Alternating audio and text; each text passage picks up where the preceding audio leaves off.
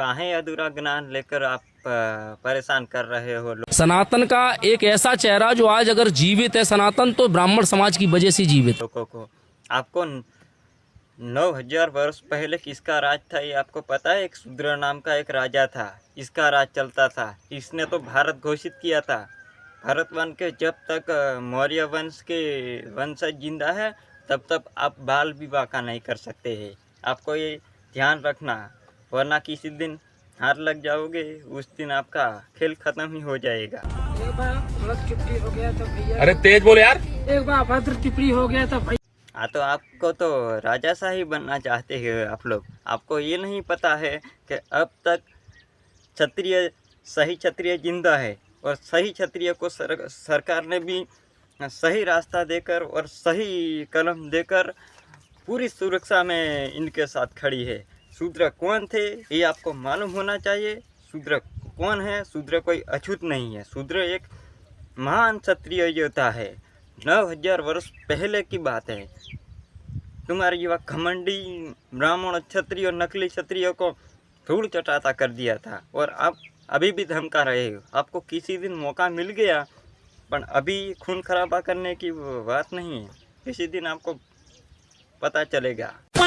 भारत को आजाद कराने में गुर्जरों का, यादवों का, राजपूतों का, ब्राह्मणों का, मराठाओं का, जाटों का, सिखों का सबसे बड़ा योगदान था। मगर फिर भी कुछ हिजड़े ये कहते हैं, हाँ, आपका बलिदान पीछे से आया है। पहले शूद्रो राजाओं ने भारत એટલે કે भारत घोषित कर दिया था, सम्राट भारत घोषित कर दिया था। इसका पूरा ज्ञान हो तो ही वीडियो बनाना, और पूरा अधूरा ज्ञान लेकर आपको वीडियो मत बनाना। आपके पास राज आ गया, आप देश की सुविधा न कर पाए, और सुविधा करने के पहले आपने अंग्रेजों को बुला लिया। आपने पैसा ले लिया अंग्रेजों के साथ, एक जिला अंग्रेजों ने खरीद लिया था, ऐसे गुलाम हो गया था। जो कोई शूद्र ने तुम्हें अछूत बना दिया, मानसिक गुलाम बना दिया, इसलिए इनके पास कोई भणतर का ज्ञान नहीं था, किसी हथियार उठाने का ज्ञान नहीं था, इसलिए ये भारत गुलाम हो गया था। अब वो ज्ञान अब वो अवस्था नहीं आने देंगे ना, आपके पास राज आने ही नहीं देंगे। न जो आ भी जाएगा ना तो मार देंगे आपको।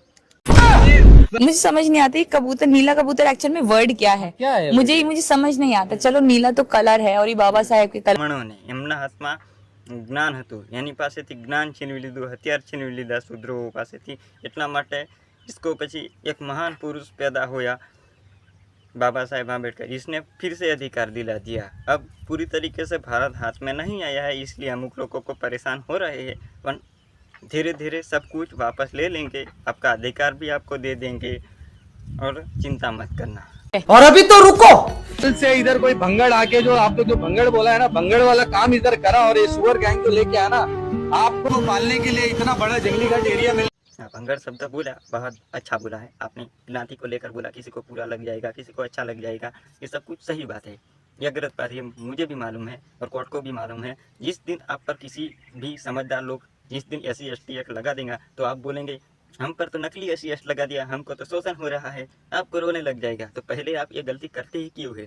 सरकार ने रियल क्षत्रिय को इसलिए छुपा रखा है कि रियल क्षत्रिय यह मिट जाएगा तो भारत फिर से गुलाम हो जाएगा। जब तक रियल क्षत्रिय के हाथ में भारत नहीं आएगा, तब तक किसी भी आम नागरिक को न्याय मिलना मुश्किल है। बताओ, जो बाबा अपना खुद का इलाज विज्ञान से और डॉक्टरों से कराता हो, क्या वो बाबा किसी का इलाज पर्ची से कर सकता है? और जो डॉक्टर इलाज करने से पूर्व भगवान का नाम लेता हो, क्या वो डॉक्टर कभी भगवान का उपाधि ले सकता है? हाँ, मुझे भी मालूम है, भगवान किसी के भी नीचे काम नहीं करता है, भगवान सब ऊपर ही काम करता है। पर आपको ये भी मालूम नहीं है कि भगवान किस कैटेगरी में पैदा हुआ था और किस कैटेगरी में भगवान ने अवतार लिया था, ये आपको पता है। सबको अधूरा ज्ञान लेकर क्षत्रिय कुल में पैदा हो गया था, पर क्षत्रिय कुल ये कोई क्षत्रिय कुल मत पैदा था था, ये बात सच है। पर जो अब दबाने की कोशिश कर रहे हैं इस कास्ट को, ये रियल ही क्षत्रिय कुल में से आते हैं, इसको ही तुम दबाने की बात कर रहे हैं कि। इसलिए आपको समझना पड़ेगा, वरना 900 साल पहले हुआ था वही होने वाला जा रहा है।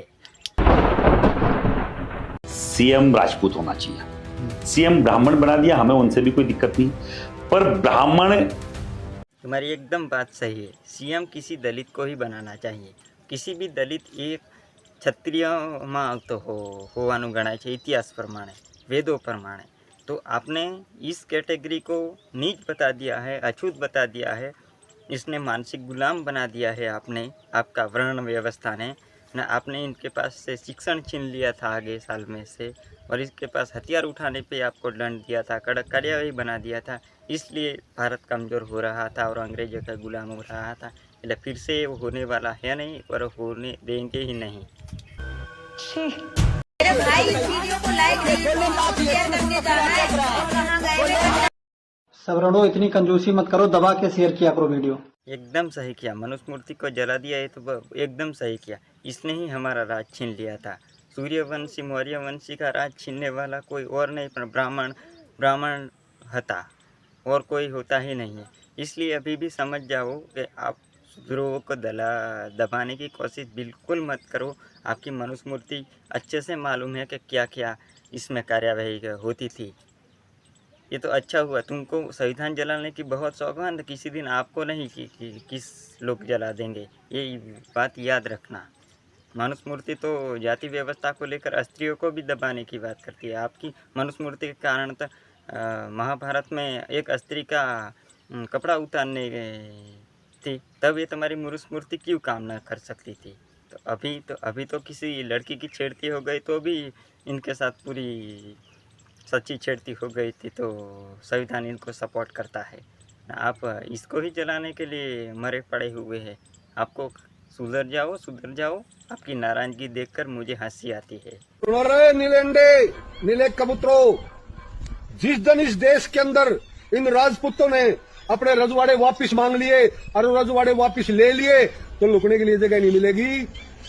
हमें भी 900 साल पहले का हमारा भी राज हमें भी मांगनी करी ले सुने ते दिवस तमें कहाँ छुप सोने मनुवादी भी कहाँ भागेगा, ये आपको पता होना चाहिए। आप घमंड में आकर कुछ भी बोल सकते हैं, ये मुझे भी मालूम है। बोलने की सत्ता संविधान ने दिया है, ये मुझे भी मालूम है। मुझे भी बोलने की इजाज़त दी है, ये संविधान ने दिया है। पर इतना भी पूरा मत बोल जाओ कि आपको भी परेशानी हो सके और किसी आपकी भी गांड मार ले। एक ब्राह्मण और एक क्षत्रिय का योगदान है तुम्हारे डॉक्टर अंबेडकर के निर्माण में। अरे शुक्राचार्य, ये बाबा साहेब अम्बेडकर पहले से तो क्षत्रिय ही कुल में था, पर पीछे से आपने अछूत बना डाला मनुस्मृति के कारण। इसको इसलिए तो हम लोग और दलित लोग तुम्हारा विरोध करते हैं कि तुम्हारी मनुस्मृति ने अछूत बताया, नीच बताया। कोई शूद्र कोई अछूत नहीं था, एक शूद्र राजा था।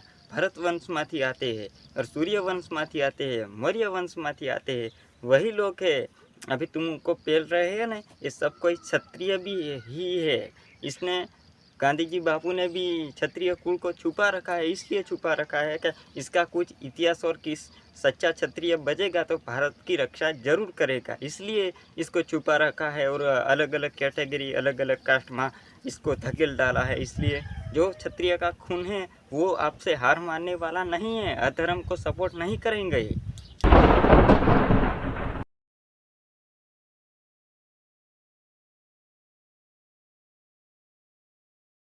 भैया गौर से देखियो वीडियो, ये हमारे महाराणा प्रताप हैं। हाँ, बहुत अच्छा वीडियो एडिट किया अपन। किसी दिन आप हाथ लग जाएगा ना तो आपकी पूरी हेड़की ही निकल जाएगा। आप कितना पूरा इतिहास बताकर और किसी का इतिहास चुराकर खुद को क्षत्रिय बताते, आपको शोभा नहीं देती। क्षत्रिय कुल में जन्म लेना इतना भी आसान नहीं है और क्षत्रिय बनना इतना आसान नहीं है। परिवार भी छोड़ देना पड़ता है, तब देश की रक्षा करने के लिए क्षत्रिय आया। किसी को नीचा दिखाने के लिए क्षत्रिय कुल में अवतार लेना ये मुश्किल है। जिस दलितों को तुम नीचा दिखा रहे हो ना, ये तुम्हारा रिश्ते में तो बाप ही है। पहले इनका ही राज चलता था 10,000 साल पहले ही। आपको मालूम होना चाहिए। आप किसी को भी नीचा दिखाने के लिए सोशल मीडिया का यूज़ करके आपको पागल बना रहे हो। किसी को कोई पागल नहीं है तुम्हारे जैसा ही आपका विवादों में सपोर्ट कर दे। आपको किसी दिन गांड मार ली जाएगी आपकी। ठाकुर बनते हैं, अगर वास्तव में ठाकुर हो तो इस किले वाले के यहाँ कोई रिश्ता करके दिखाओ तो हम मान जाएंगे कि तुम ठाकुर। इस चामोदर यदुमुल्ला को बहुत चुल मची है। हाँ, यदुमुल्ला तो है, ये तो पता है, पर आपके किस मूल्य के साथ जाकर सो गए थे? तलवार के साथ सलवार खोल दिया था, ये आपको पता है? हमारे साथ जो हमारा राज तब भी चलता रहता तो किसी मुगल की ताकत नहीं थी कि हमको पीछे हटा सके और देश को गुलाम कर सके। आपका राज में तो किसी भी अटैक कर सकता है। अभी भी तुम्हारा राज आ गया तो अब तुमको तो पाकिस्तान वाले ही पेल सकते हैं। ये तो हमारा डर के कारण ही कोई आक्रमण नहीं कर सकता है। किसी दिन ये दलित लोग पाछात वर्गना लोग को गड़बड़ हो गई, इस दिन तो मुसलमान पाछात वर्गना लोगों और दलितों के सामने तो भागते हैं और तुम्हारे सामने तो वो अभी भी तलवार उठा सकते हैं और अभी भी बंदूक उठा सकते हैं। आपका इनके पास कोई डर ही नहीं है।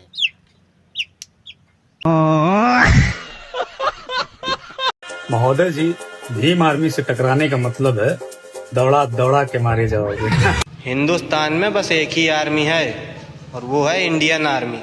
किसी दिन किसी भीम आर्मी के साथ टक्कर हो गए न, इस दिन रास्ता कम पड़ जाएगा भागने के लिए। कहाँ जाकर छुप जाऊँ न, किसी का घर, किसी कास्ट का घर भी पता नहीं चलेगा ऊंच कास्ट का है कि नीच कास्ट का है। इस कास्ट का घर में जाकर छुप कर बैठ जाओगे, इस दिन हाथ लग जाओगे भीम आर्मी के साथ। मैं तो भीम आर्मी को जानता भी नहीं हूँ, पर भीम आर्मी का विचारधारा से मैं तो सहमत हूँ। सुकून।